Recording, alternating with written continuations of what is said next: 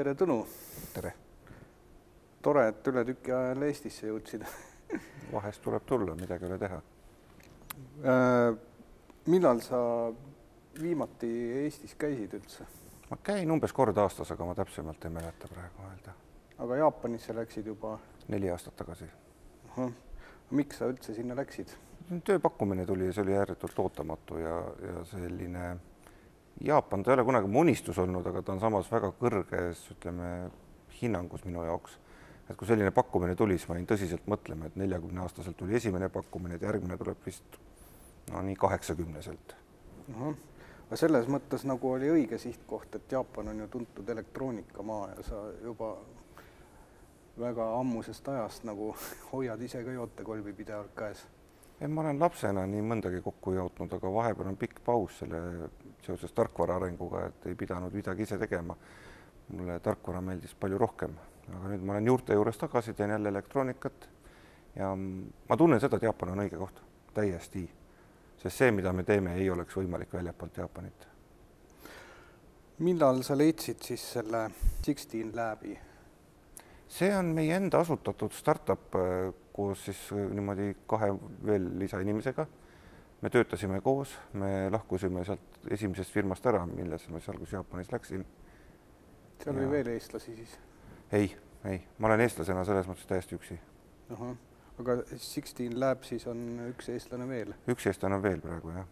Kust sa tema leidsid siis? Tuli Eestist? Tähendab, meil on Tartu Ülikooli robotiklubi, see on nagu tutvusringkond, kellega väga palju asju tehakse koos. Nüüd läheks siis selle imesõrmuse juurde, et kas see on nüüd praegu siis teie firma nii-öelda põhitoode ja põhitegevus, millele keskendutakse? Jah, põhimõtteliselt küll, et sõrmus on nagu see keskel, aga me samas tegeleme nüüd sellega, inglise keeles on see wearables, et kõik, mis nagu inimesele selga ja külge käib. Et see võib vabalt olla näiteks kuskil keeleneedina hoopis lõpuks. Aga on sul meeles ka veel, et kust see täpne idee tuli, et teha selline sõrmus? Meil see, kes on praegu nagu siis see firma juht, temal oli selline visioon on tegelikult olnud 16 aastat varem. Et ta on analüütik, ta on börsianalüütik, ta on töötanud JP Morganis ja Deutsche Pangas ja ta on algusest peale vaadanud, et mida ta tahab tulevikus teha. Ja siis ta seal analüütikuna nagu õppinud seda, et milline firma väljapoolt peab välja nägema, et kuidas tema väärtust hinnatakse, see kõik oskusteave, mis on tegelikult Eestis startupidest tihti puudu. Ja temal on sellest väga kindel arusaam, tal on kindel arusaam, mida me teeme, kuhu me liigume ja kuidas ka sinna saab, et see on päris hea. Aga tehnilise poole pealt siis, kas sina olid siis nii-öelda see põhiline nõustaja, kes ütles, et selline asi on nüüd võimalik, et hakkame tegema?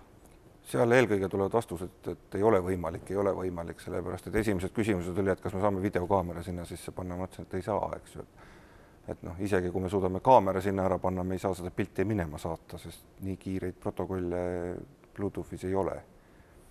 Ja kui nad ka on, siis nad võtavad nii palju energiat, et seda ei ole võimalik seal realiseerida. Ta on selline kompromisside maailm, et tuleb otsida, mida annab teha, mis on mõistlik teha, mida tasub teha. Sest on asjad, mida saab teha, mis ei ole näiteks äriliselt mõttekad. Näiteks me tegime paar aastat tagasi juba sellise demo, et oli võimalik sõrmusega õhku kirjutada niimoodi, et kirjutad kohe tähed niimoodi, et A, B, C ja see kõik töötas. Ja umbes 40 erinevat sümbolit, selles mõttes tähestik on ise 26 tähte, siis 10 numbrit, sinna juurde veel tühik, enter, selle viimase tähe kustutamine. See on tehniliselt üsna keeruline ja ta on päris suur saavutus. Aga ta ei ole sotsiaalselt mitte kuidagi inimesel vastu võetav, et ma nüüd lähen trammi ja ma hakkan kirjutama, et ma armastan sind. See ei ole müüdav. Aga ma usun, et see tehnoloogia iseenesest on millekski kasulik. Näiteks me saame aru, mida inimene teeb, liigutuste tuvastamine. Praegu on tegelikult igasugu muid tehnoloogiaid ka, mis nagu toetavad sellist viipega suhtlemist, et oled sa sellele ka mõelnud, et kas see sõrmus võiks kunagi nagu nendele tehnoloogiatele alla hakata jääma, kus lihtsalt sa võid kätega vehkida arvuti ees? Seal on üks põhimõtteline erinevus, et kui sa pead silmas Leap Motionit ja Kinecti ja selliseid tooteid, siis nemad töötavad keskkonnas, kus on mingisugune teada olukord. Ütleme, praegu on autotööstus läinud sellesse suunda, et sa istud seal autoroolis, tuleb kõne sisse ja siis sa teed mingi liigutuse niimoodi ja siis seda kõne vastu ei võeta.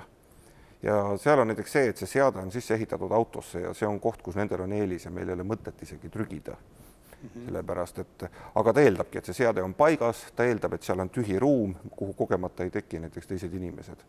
Aga meie tehnoloogia töötab kontekstides, kus sul ei ole ettevalmistust, et sa lähed kuhugi kohta, kus ei ole, sa oled esimest korda selles ruumis, sa ei hakka seal seadmeid üles panema. Ta töötab kohas, kus ei ole vaba õhk ümber, näiteks võid kasutada taskus. Et näiteks turvamehel võib olla see isegi või ütleme mingisugusel koosoleku juhatajal võib olla see, et kes saab enda inimesele märku, et nüüd räägi sina või ärikõnelustel võib olla sellest abi.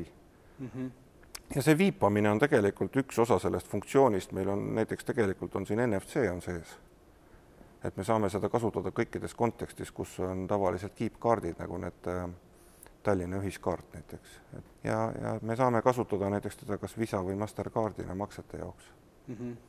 Ja meil on näiteks täitsa avalikult on praegu välja öeldud, et me teeme koostööd Toyota Motorsi ja Yamahaga. Et näiteks Toyota puhul mina näiteks loodan, et see jõuab järgmise põlvkonna autodesse. Näiteks ukse võtmena näiteks, jah. Sellepärast, et autos sees on see eelis on nagu meil puudu, aga autost väljas on meil eelis. Mis, ütleme, tehniliselt kõige raskem oli selle sõrmuse loomisel, et mida siia kõige raskem oli sisse ära mahutada? Siin on eri aegadel olnud erinevad nagu raskused, mis on tõsised probleemid ja mis tunduvad ületamatud. Ühte välja tuua on keeruline. Praegusel hetkel, mis on meie poolt üks paar viimast suuremat lahendatud probleemi ja mida minu meelest ka konkurendid ei ole teinud, on see, et seesama NFC näiteks me mahutasime sisse ära. Sellise antenni nii väikseks tegemine ei ole tegelikult füüsikaseaduste järgi kuigivõrd realistlik. Et selle saavutamine on iseenesest saavutus. Teine suur asi on voolutarve. Praegu on niimoodi, et sa näed seda, et ta on mingit pidi elus, eks ju, ta väliselt vilgutab leedi. Ta on tegelikult ka veel Bluetoothiga sides mu telefoniga. Ta oskab mingi hulk asju teha ja ma ei ole teda laadinud hulk päevi. Ta lihtsalt seisab. Et jõuda sellesse olukorda, kus see asi ei ole sul niimoodi paari päevaga tühjaks ei vaju, on tegelikult üllatavalt raske.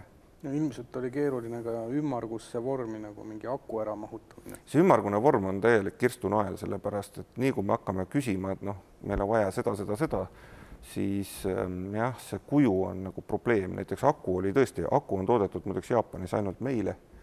See on eritellimus ja me tahtsime väiksemat akut, kui see suur tuntud akutootja kunagi teinud on. Ta ei ole sellist kõverat akust väiksemat ehitanud. Ja see maksis hunniku raha ja siis ühel hetkel oli täpselt niimoodi, et 6 kuud hiljem toodi mu laua peale üks aku niimoodi, et ma teadsin, et see maksab niisuguse tõsise auto hinna. See on ainuke maailmas ja ta minu laua peal.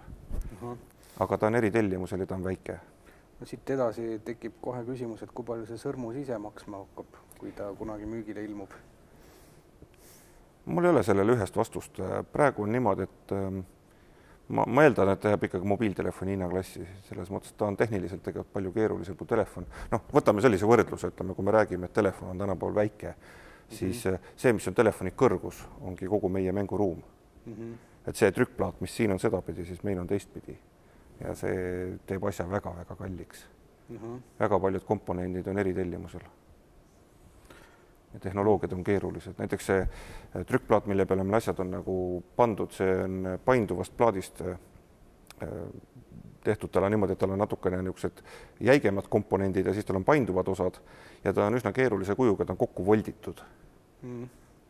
Et me nimetame seda nagu origami plaadiks. Et siin teised tegijad, kes on üritanud midagi teha, nad on müünud siin 1000 või 5000 tükki. Me sihime, et meie esimene müük oleks 1 000 000 näiteks. Nii, nende demodega on jah niimoodi, et ma saan näidata näiteks sellist sensorite kasutamist, et siin on üks 3D ruum ja kui ma liigutan sõrmus, siis siin 3D ruumis sisuliselt kopeeritakse see minu liikumine. Üles-alla suund on praegu pahupidi läinud, aga põhimõtteliselt siin on seda 3D maailma võimalik pöörata, ma nüüd üritan ta teistpidi pöörata. Meil on nüüd niimoodi, et siin on gyroskoop sees, siin sees on kiirendusandur, siin sees on kompass ja siis nendest andmetest pannakse kokku see pilt, et mis siis tegelikult võis toimuda.